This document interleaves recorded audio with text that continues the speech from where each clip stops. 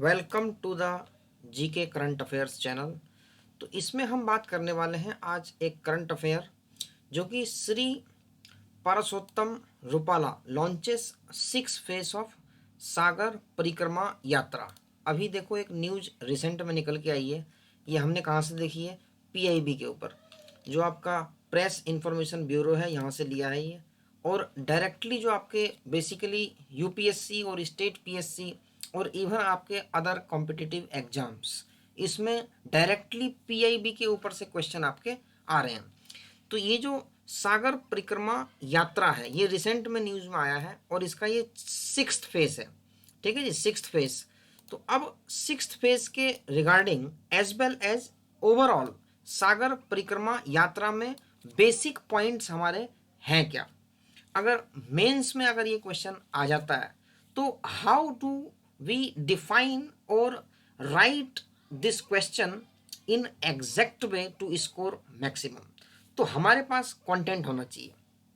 तो ये सागर परिक्रमा यात्रा, ये जो एंटायर बुलेटिन आया है, इसकी लोकेशन कहाँ है? 6 फेज की अंडमान। ठीक है जी। तो ये phase wise, location wise matching type में भी ये क्वेश्चन आपका आ सकता है। तो सबसे पहले इसका हम इंट्रोडक्शन देखेंगे, ये बेसिकली है क्या। ओवरऑल जो इस यात्रा का गोल है, टू बूस्ट और to take the status of fisherman of the India, कि उनका करंट में क्या स्टेटस है और क्या प्रॉब्लम्स है। ये तो ओवरऑल आउटलुक ऑफ दिस यात्रा कि बेसिक हमारा एम क्या है। लेकिन इसके जब हम पॉइंट्स बनाएंगे कि किस पॉइंट्स में हमें ये डिस्कस करना है, तो आप इसके सबसे बॉटम की तरफ देखो। Sagar Parikrama is a programme reflecting the far-reaching policy strategy of the government, leading to the direct interaction with fishers and fish farmers to understand the coastal areas issue related to fishermen। जब आप अगर इसको describe करते हो तो ये पहली line आपकी रिफ्लेक्ट होनी चाहिए, व्हाट दिस यात्रा इज। तो इसका बेनिफिट क्या होगा? सागर परिक्रमा shall create massive change in the development strategy of fishermen। Second point आपका ये आ सकता है, therefore the influence of this सागर परिक्रमा on the livelihood and holistic development of fishermen and fisher folk including climate change and sustainable development would be far reaching in coming phases। तो ये क्या है आपका एक ओवरऑल गोल, इस यात्रा का ओवरऑल गोल क्या है, ये 3 लाइन में आपका डिस्क्राइब हो रहा है। तो मेजर हाईलाइट ऑफ दिस यात्रा क्या है आपका? Totally related with the fisherman.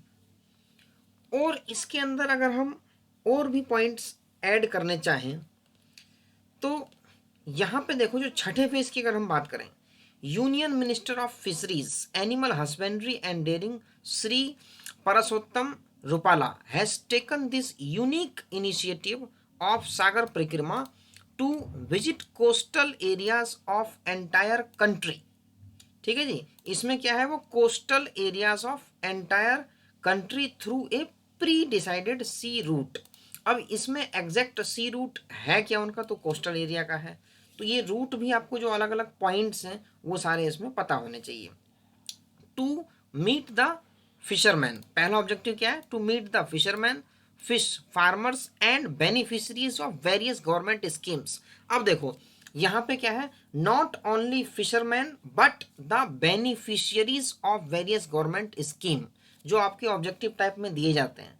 तो होल एंड सोल बच्चे ये कंसीडर कर सकते हैं this is totally related to fisherman, but not, it is also related with the beneficiaries of various government schemes and to interact with them in order to hear directly from them about their issues and suggestions to further uplift the fisheries sector in the country for the benefit of the fishers and stakeholders।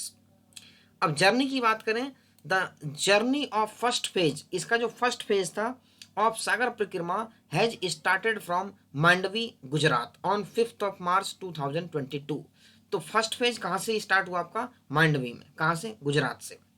And so far in the 5 phases of Sagar Prakrima, the coastal areas of Gujarat, Daman and Diu, Maharashtra and Karnataka have been covered in the west coast.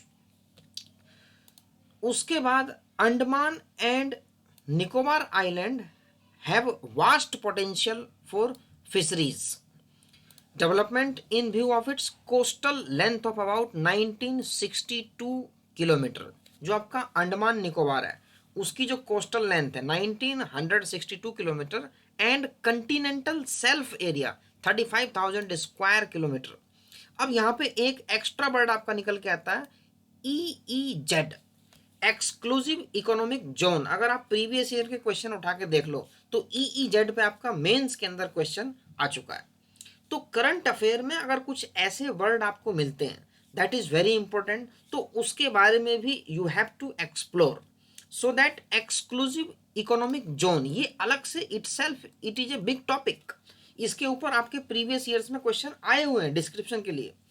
तो ये जो आपकी यात्रा है इसमें exclusive economic zone के बारे में भी कहा गया है।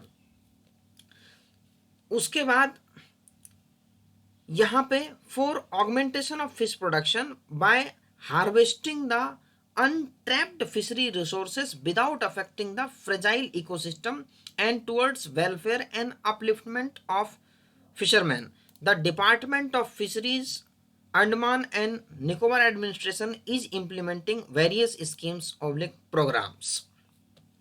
तो ये जो आपकी सागर परिक्रमा है इसके बारे में आपको जरूर पढ़ना है। इन अपकमिंग एग्जाम्स इस टॉपिक के ऊपर क्वेश्चन जरूर देखने को मिलेगा। Why I am emphasising on this topic, इसका मेजर रीजन ये है फिशरीज सेक्टर का कंट्रीब्यूशन इंडिया के इकोनॉमिकल ग्रोथ में लगातार बढ़ रहा है, तो इसलिए ये टॉपिक थोड़ा सा आपका इम्पोर्टेंट हो जाता है।